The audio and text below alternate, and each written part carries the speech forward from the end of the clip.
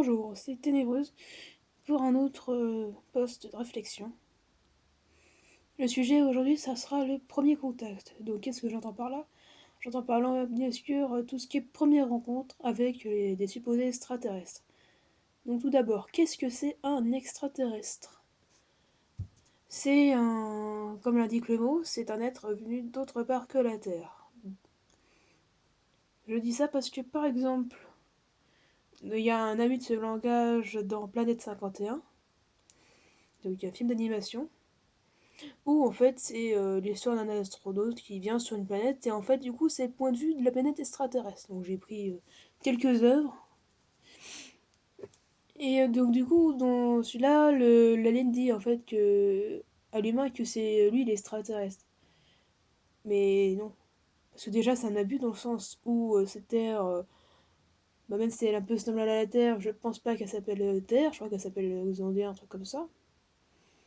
Donc du coup, ça ne marche pas parce que la base du mot en fait n'est pas respectée puisque alors, ensuite, pour le mot extraterrestre, on peut aussi s'interroger, est-ce que, par exemple, dans l'optique de la colonisation spatiale, est-ce que les humains qui naîtraient sur d'autres planètes, on pourrait dire qu'ils sont extraterrestres? Après tout, eh ben, ils ne seraient pas nés sur la Terre, donc c'est tout à fait possible. Puisque extraterrestre donc, ne désigne pas un type, enfin une espèce, mais bien un lieu de naissance du coup. Parce que du coup, tout ce qui n'est pas natif de la Terre serait extraterrestre. Ensuite, il y a deux types de liens qu'on peut en fait faire. Déjà, on aura vu là, tout ce qui est contact négatif. On peut par exemple citer Parasite, un anime qui s'appelle Parasite. Du, Sensei no Gargantia, car au début il est quand même assez négatif, hein, un doyen dans ce qu'ils mettent. Avec les Goa'uld dans Star Wars. Dans Euh, Dans Doctor Who, il y a beaucoup aussi d'aliens avec un contact négatif, même si on est déjà du point de vue d'un alien en fait. Enfin, d'un extraterrestre en tout cas. Et c'est tout. Il y a aussi les contacts plus positifs. Encore, on peut encore citer Star Wars.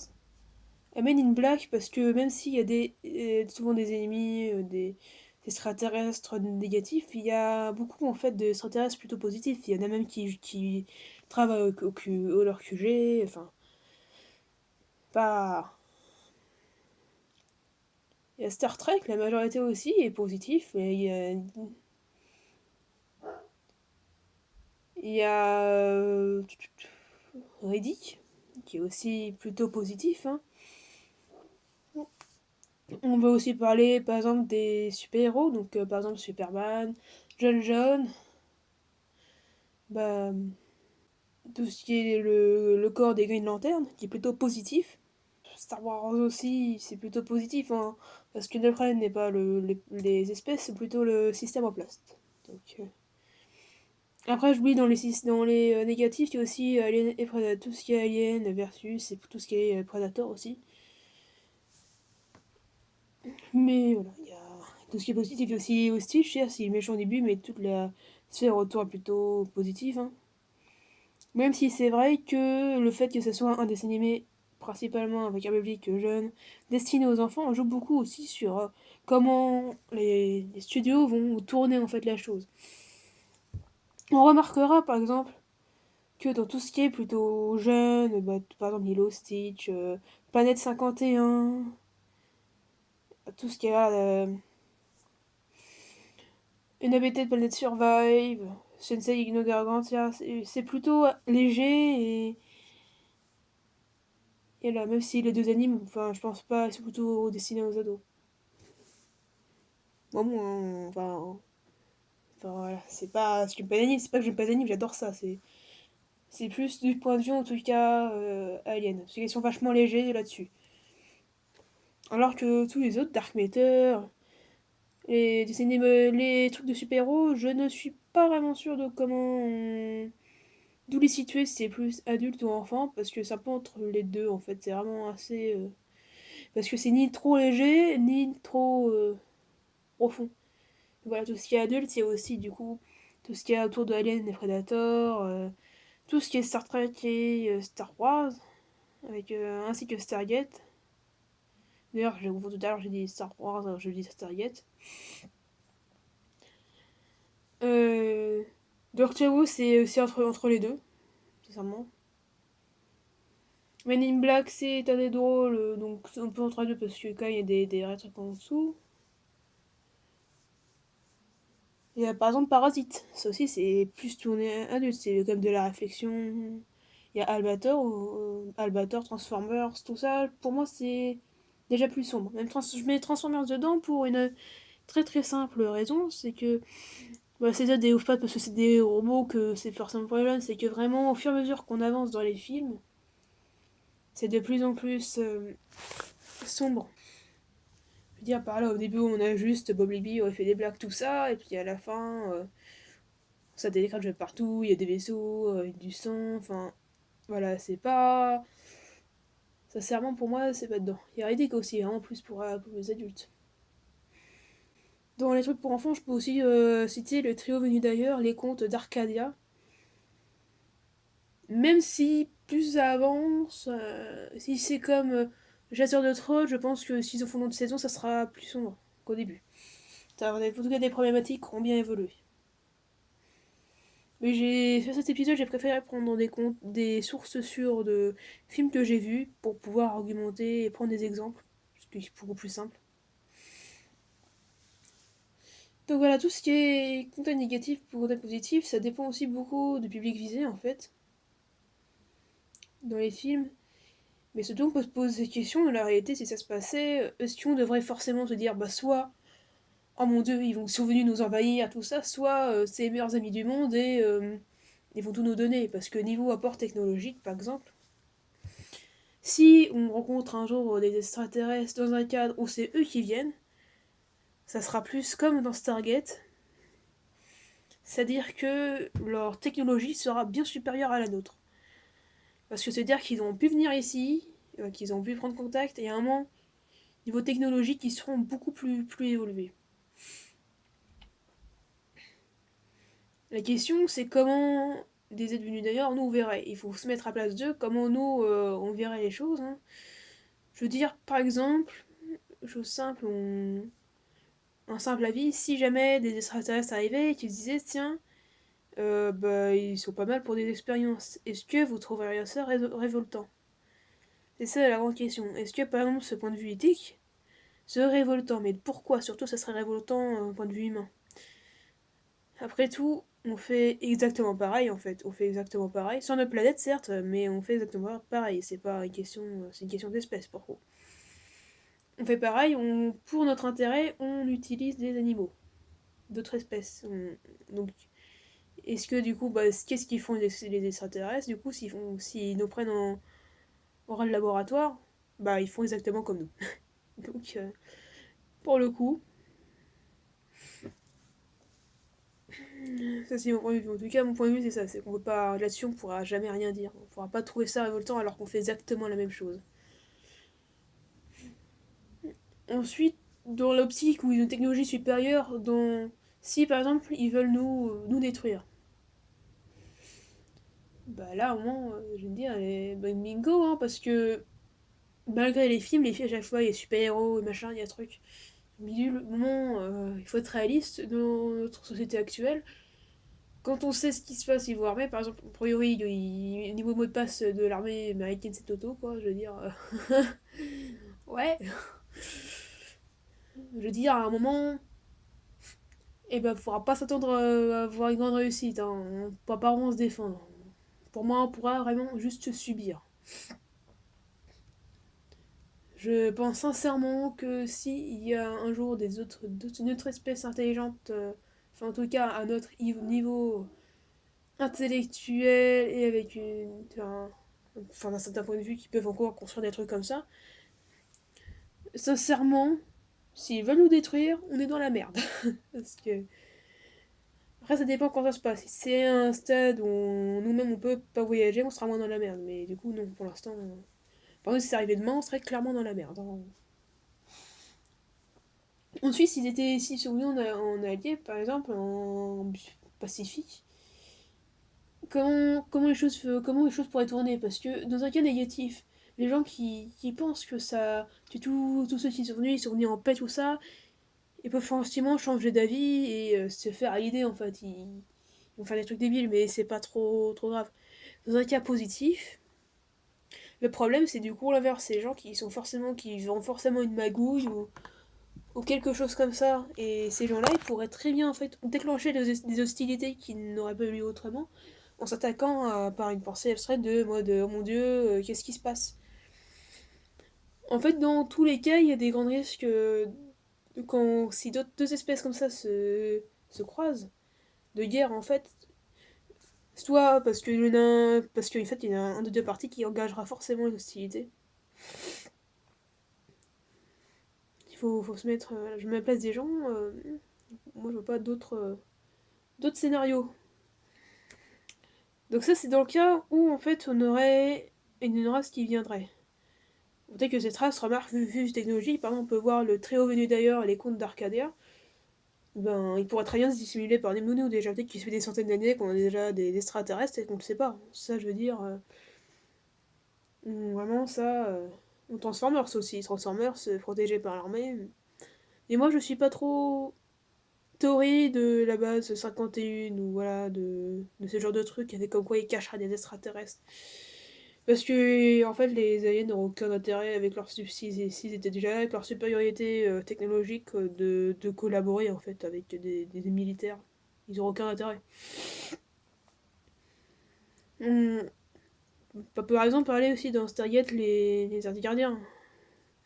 Ils avaient des gens à les remettre, personne ne se rend compte. Jusqu'à que ce soit le capitaine. Comment il s'appelle? Bref, le colonel qui s'est enlevé pour voir, il savait pas en fait. Ou Superman aussi. Superman, c'est un alien, mais comme il était. Certes, il était élevé par des humains, mais du coup, il cherche à se cacher. Vraiment, ou Doctor Who, qui ressemble beaucoup à un humain, donc du coup, personne ne le grille. On peut aussi parler de John ou de Lanterne, hein. Enfin, non, Lanterne, pas non, parce que Lanterne, c'est déjà un humain de base. Mais John, et ça métamorphe. Donc, il a aucun problème là-dessus. Dans Men in Black, la plupart des aliens se sont camouflés, sont dissimulés aussi. Euh... Lilo et Stitch, je ne serais pas un bon exemple, parce que c'est trop enfantin pour vraiment te comparer. Et aussi, il s'intéresse à dire que si c'est un humain qui vient, techniquement, il y a. Voilà, quoi, c'est pas la même chose, selon la forme. Mais il y a aussi le cas où ça serait nous, en fait, qui viendrions sur une planète extraterrestre. Je veux dire. Enfin, d'ailleurs, c'est pas très juste comme, euh, comme terme, parce qu'une planète extraterrestre, en sachant que c'est hors de la Terre, enfin, voilà. Plutôt sur une autre planète, voilà, plutôt une planète inconnue, voilà, accueillant la vie. Dans ce cas-là, comment ça se passerait? Mal. Mal s'il y a des êtres, des gens dessus, en tout cas de notre niveau, même inférieur, hein, je veux dire, si. Par exemple, comparativement, c'est cette époque romaine avec nous. Par exemple, dans Avatar, on peut parler d'Avatar, hein, principe bon exemple. Les humains qui voient en fait un intérêt plutôt de ressources avant de ce qu'il y a dessus. Sincèrement, c'est ce qui va se passer. On peut aussi parler de colonisation avec Inhabited Planet Survive, mais là ça se passe plutôt bien. Pour le coup, ça se passe plutôt bien. Je veux dire, d'abord ils colonisent la planète et puis ils trouvent un alien et ils adoptent. Mais bon, ça c'est parce que c'est des enfants, donc on sait qu'on est quand même plutôt très formaté en grandissant, donc on n'a pas. Je veux dire, entre un enfant et un adulte, il n'y a pas les mêmes pensées. Doctor Who. Pour Doctor Who, ça serait. Pas parce que les humains sont étonnés, mais en fait c'est différent parce que. Je veux dire, par exemple, dans Avatar, c'est un groupe. C'est-à-dire vraiment l'humanité qui va sur notre planète. Et par exemple, dans Inhabited Planet Survive et dans Doctor Who, c'est plutôt des humains individuels qui vont autre part. Il n'y a pas l'effet de groupe, si vous voulez. Il n'y a pas derrière les grandes entreprises dans ces cas-là. Je veux dire, à un moment, c'est pas la même chose. Par exemple, Lanterne aussi, quand il va sur Howard, il est tout seul. Il est tout seul, donc il n'y a pas trop de problème, il peut pas faire grand-chose en fait. Les humains en groupe sont un peu terribles en fait. Franchement, après réflexion, dès qu'il y a des groupes d'humains. Pour Dark Matter, j'en parlerai vite fait, parce que j'ai regardé quelques épisodes, puis ça fait longtemps que j'ai pas regardé. C'est que c'est des humains déjà, mais ça dépend. Je veux dire, ça dépend où, comment, pourquoi. Enfin, j'ai pas d'autres exemples de donner là-dessus. Puis aussi, ça dépend si même les aliens sont hostiles, parce que faut se mettre à la place. Comme nous, on verrait bizarrement l'arrivée de notre espèce sur notre planète, je pense que si en inversant les rôles, ça marche aussi. On va regarder bizarrement, quoi. Voilà, après, ça dépend si les aliens eux sont négatifs. Par exemple, Alien et tout ce qui est Predator, bah, ils ont même leur culture, tout ça. Et d'ailleurs, en parlant de ça, je vais faire le lien avec la problématique. Pensée suivante, c'est choc culturel, en fait. Tout ce qui est choc culturel. Si on trouvait une autre espèce, déjà, par exemple, dans Stargate, dans la plupart des films, hein, Stargate, Les Gardiens de la Galaxie, le trio venu d'ailleurs, encore là ça va parce qu'ils ont un adaptateur, hum, Lilo et Stitch, Albator, parce qu'il y a des. John, mais John il a une excuse aussi, donc c'est pas. Voilà, donc Riddick aussi, Riddick, Planète 51, le nombre de films là-dessus que je trouve un peu sur ce point-là est assez haut. C'est tout simplement le dramatique. Mais qu'est-ce qui nous dit que. Enfin, par quel miracle, si on rencontrait une autre civilisation, elle aurait le même langage que nous? Par quel miracle? À part s'ils sont déjà parmi nous, mais là c'est différent. Encore une fois, c'est un peu un cas à part. Mais sinon, donc, pour quelle putain de raison ils auraient le même langage que nous? Donc, du coup, c'est fait beaucoup, quoi. Ça facilite pas les choses. On ne se comprend pas. On voit déjà sur notre planète, tous ceux qui, comme moi, sont pas bilingues, à quel point on galère, à pas se comprendre. Ah, c'est terrible, quoi. Je veux dire, niveau culturel aussi. Des choses qui nous semblent banales seront extraordinaires pour eux, et inversement. Celles qui pour eux sont banales, pour nous ne sembleront extraordinaires. Ou plein de choses. Je veux dire, par exemple, tout ce qui est peine de mort, c'est vraiment des trucs humains. Je veux dire, peut-être que notre civilisation, eux, ils n'ont jamais eu la peine de mort. Peut-être que, enfin, voilà, si on passe la barrière de la langue, niveau histoire entre différentes civilisations, faut pas rêver, ça sera la galère. Hein, c'est vraiment. Aussi, on peut aussi citer si la Terre, en fait, est le seul système où on peut l'intérêt de venir, en fait, littéralement. On peut par exemple parler de Doctor Who, en fait, il passe vite fait les aliens, mais il y a apparemment de prise de conscience de la population qu'il y a des aliens.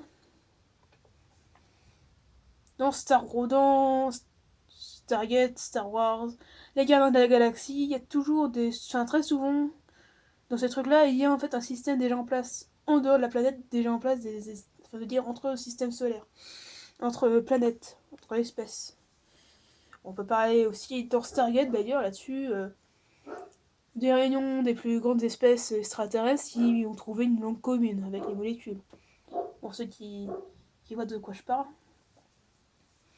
Les anciens ou autres, enfin voilà, tout ça.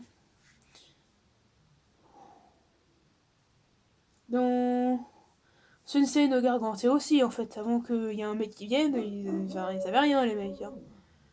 Je veux dire, à un moment, il y a très souvent un système en place déjà, en fait. Donc du coup, si c'est le cas, si on a déjà un système et qu'on n'en a aucune idée, en fait, en place, la question c'est pourquoi on ne saurait pas. Il y a deux hypothèses là-dessus très simples. Soit on fait pas assez de bordel pour qu'on nous voit, soit on est tellement transparent ou en tout cas on fait alors trop de conneries et du coup et ben du coup tout le monde s'en fout de nous ou on n'a pas envie de venir avec nous. C'est possible. Je veux dire, quelle espèce aurait envie de contacter notre espèce qui détruit elle-même sa planète, par exemple, sincèrement. Je veux dire, à partir de là, ou alors, tout simplement, quelle espèce a envie de contacter une planète qui, eh ben, n'aurait jamais une réponse unique. On a plusieurs pays, on n'est pas... Sauf si le jour où la planète sera unifiée, là, je veux dire, il y a moins de raisons. Mais pour l'instant, on n'a pas trop de raisons et... C'est trop de risques pour eux, en fait. C'est littéralement ça. Il y a trop de risques pour qu'ils viennent.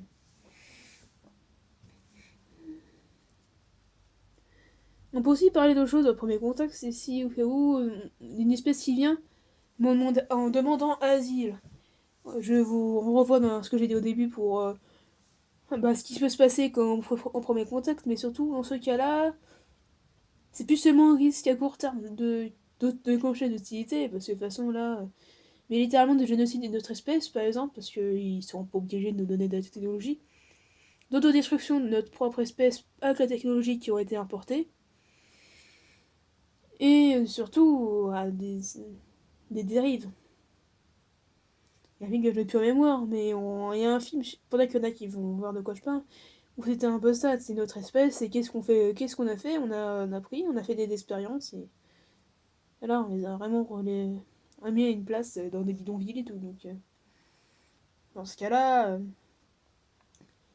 je souhaite à aucune espèce extraterrestre de venir sur notre planète, hein, sincèrement. Il y a tellement de raisons que ça se passe mal que... Même dans Avatar, on a vu ce que ça donnait. J'ai pas beaucoup d'influence cinématographique, mais en même temps, pas grand chose d'autre. J'ai pas beaucoup de science-fiction de ce point-là sur en BD et autres. Donc. Mais voilà, vraiment là-dessus, tout ce qui est premier contact pour moi, au final, pourrait. Pour poser de problématique, parce que je vais pas vraiment poser de problématique.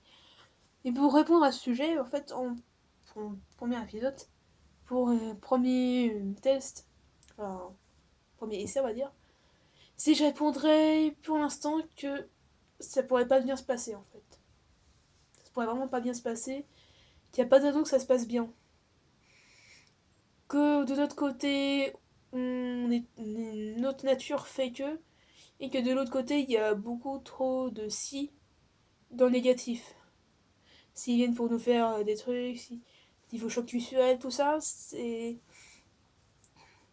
Enfin, qu'ils sont faits là-dessus, qui seront prêts à donner leur cœur et tout pour espérer, mais soyons réalistes, mais ça serait génial, hein, de dire on n'est pas les seuls dans l'univers, mais c'est pas mal que ce soit déjà le cas, enfin qu'on ne soit pas seul, quoi. Je veux dire, l'univers est infini. Enfin, s'étend toujours dans l'infini. Bah oui, ça serait génial de ce point de vue, point de vue-là. Ça pourrait pas bien se passer pour l'un et l'autre partie, quoi. Donc, à voir. À voir. Mais en tout cas, pour moi, là-dessus, c'est plutôt fixé sur comment ça pourrait se passer. Voilà, c'était Ténébreuse. J'invite bien sûr à donner votre avis sur tout ce qui est premier contact. Donc, tout ce qui est premier contact avec des extraterrestres dans les commentaires. Je rappelle les règles vite fait, même si je les mettrai aussi dans la description de la vidéo. Pas d'insultes. Voilà, tout ce qui est négatif, juste des insultes non argumentées ou dire j'aime pas machin, sans argumenter, pourquoi, comment, et tout ça, c'est pas la peine. Sincèrement,